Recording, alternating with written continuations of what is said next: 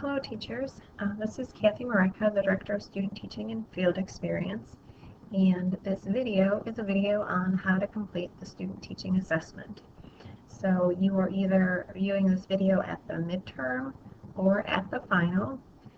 So you have been with your student teacher for at least 5 weeks, and your student teacher has had the opportunity to begin taking on the full teaching load, or almost full teaching load. This particular assessment is based on the 7 standards for the teaching profession and the InTASK learning standards. And it also aligns really well with our candidate observation report. So hopefully over the past 5 weeks or the entire experience, you've had the opportunity to complete the candidate observation report on your students' teaching abilities, or you've jotted down some notes looking at some areas of strength and area of weakness. So what I want you to be aware of with this student teaching assessment is that it is based on a 5-point rubric. My suggestion to you would be to start at the level 3, and then if the teacher candidate has met all the criteria for level 3, then begin looking at the level 5 criterion. In order to get a level 5, the teacher candidate or student teacher needs to have all of those criterion met. If they are missing 1 or 2, that would give them a score of a 4 rather than a 5.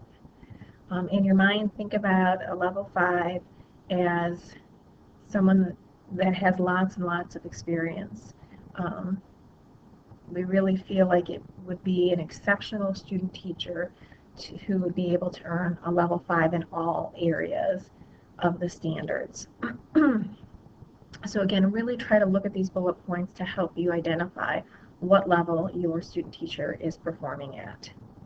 So when we talk about understanding our students and being respectful for the diversity in the classroom, if we look here at the level 3, we see that the teacher candidate displays knowledge of how students learn and developmental characteristics of the groups. So you see them planning learning activities and lessons that are developmentally appropriate for the students. The candidate understands what students know and are able to do and uses this knowledge to meet the needs of all students. So you've seen your teacher candidate either pre-assess your students, question your students to see where they're at, and then they plan lessons accordingly. They're not just planning lessons without thinking about the students ahead of time. They want to see, like, is there an area that particular week on? Do they already know this? Can we go through this information a little bit quicker? The next bullet says the candidate expects that students will achieve their full potential and models respect for students in the classroom. So at a level 3, they believe that students will achieve. So there's no students that they're saying, oh, that student always struggles, I'm just going to let them go. They have a belief that all students will achieve and meet their goals. What I want you to notice is that if we look at that same bullet point in a level 5, it looks at creating challenging expectations for the students. So here, instead of just believing they're going to achieve, we're actually going to challenge them as well. If we then take a look at the 4th bullet point, it says that the teacher candidate recognizes characteristics of gifted students, students with disabilities and at risk, and looks at appropriate instruction and intervention for these students.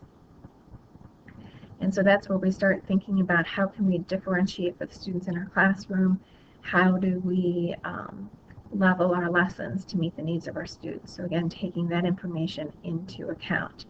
At a level 5, we have the teacher candidate advocating for students where possible to ensure appropriate identification.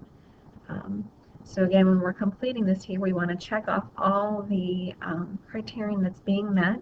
If we have everything checked off at a level 3, we can begin looking at level 5. If we just check off 1 or 2 in a level 5, that means the teacher candidate is at a score of 4. In order to earn a score of 5, we need to have all of the bullet points checked off. Let's take a look at another standard. Looking at standard 3, which is teachers use varied assessment to inform instruction, evaluate, and ensure student learning. So evaluation has always been a struggle for our students. In the past couple of years, we have implemented an assessment course where students learn about a variety of different types of assessments to give. We talk about formative and summative, informal and formal. So they really are getting a lot in their junior year as far as ideas on how to assess their students. So if we look here at a level 3, we see that the candidate demonstrates some knowledge of assessment types, their purposes, and the data they generate. The next bullet says the candidate uses a variety of diagnostic, formative, and summative assessments. So we see them using a variety of different assessments in the classroom. The next bullet says the candidate analyzes data to monitor student learning, plan, differentiate, and modify instruction. So they're not just giving assessments, grading them, giving them back. They're actually looking them over and using those assessments to help them plan and differentiate. We have the candidate collaborating and communicating student progress with parents. We actually would like for our student teachers to have at least made 3 parent contacts about their child's progress. So if a child's struggling, they're able to contact the parent and let them know. If the child has shown great improvement, they're making contacts. So we want them to have 3 contacts throughout this experience. And then the last bullet point is the candidate is involving the learners in self-assessment and goal setting. So that's at a level 3. When we look here at a level 5, we're looking at a little bit deeper understanding of the assessments. We see them purposefully planning and differentiating assessments. So we see some differentiation in assessments. We see them using the information that they obtained from the assessment data to look at their teaching strategies and make changes. We see them collaborating and communicating with colleagues and parents, and we see that they're communicating with more than 3 parents, and we're doing it on a regular basis. And then we talk a little bit more about the self-assessment, where we're creating an environment that students develop their own self-assessment plans and measure their own progress. So there definitely is a difference in what's going on at a level 3 and a level 5. A level 5 is really a deep, advanced understanding of assessments, applying them and using them. Let's take a look here at the next page. So after you've completed all 7 of the standards, at the midterm level, we would like for you to complete this top box here for each standard. So standard 1 is understanding students and their development. At the midterm, we'd like for you to list out a couple areas that students are strong in and an area where you expect to see growth. So this is to help you at the final to go back and look at this midterm and say, oh, I asked my teacher candidate or suggested that they stand out in the hallway, greet students as they enter, just have little conversations with students out in the hallway. The student teacher did this, so then in your final summary you could write about that. So the area of expected growth is really some ideas or things you would really like to see your teacher candidate do before the end of term. So for the midterm and every standard, we have areas of strength and areas where we'd like to see expected growth. Now, if your student teacher is exceptional in content knowledge and they've really done a great job connecting it to career and college standards, we talk about expecting it to everyday experiences. They're just strong all the way around and there's no area of growth. You just say, just continue doing what you're doing. After you've completed the midterm, at the final assessment time, you'll just write a summary in the second box.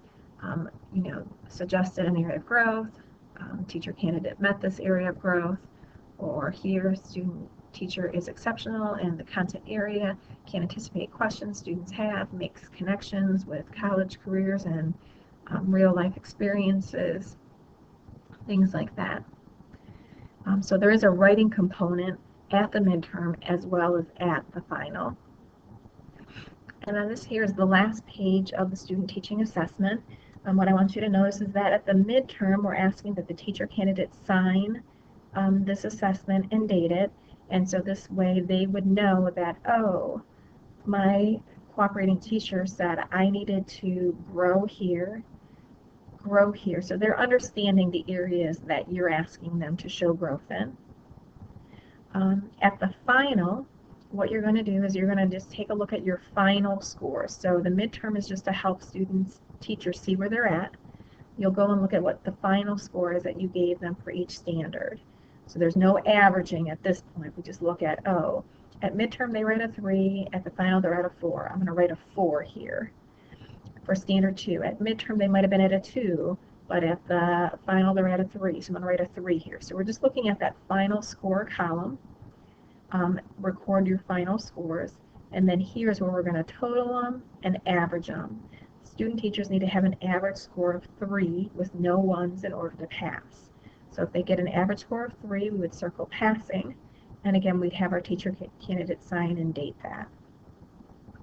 So this particular assessment is a little bit more involved because we have to write the comments here at the midterm and again write a final summary at the end. Again, this is really, really helpful for the teacher candidate as they begin searching for teaching positions. It allows them to understand areas that they're strong in and areas that they still need some growth in. This is also helpful for you as the cooperating teacher to look this over, and when you're writing up your letter of recommendation or your reference letter for the student teacher, you'll have lots of good information in this section to help you with that. Again, if you do have any questions about completing this assessment, you can talk to your college supervisor or you can contact me at Maretka, K-E, at hiram.edu. And again, we just truly, truly appreciate you giving your time and working with a teacher candidate this term. We know how hard it is to give up your classroom, so we truly appreciate the guidance and support you have given them. Thank you.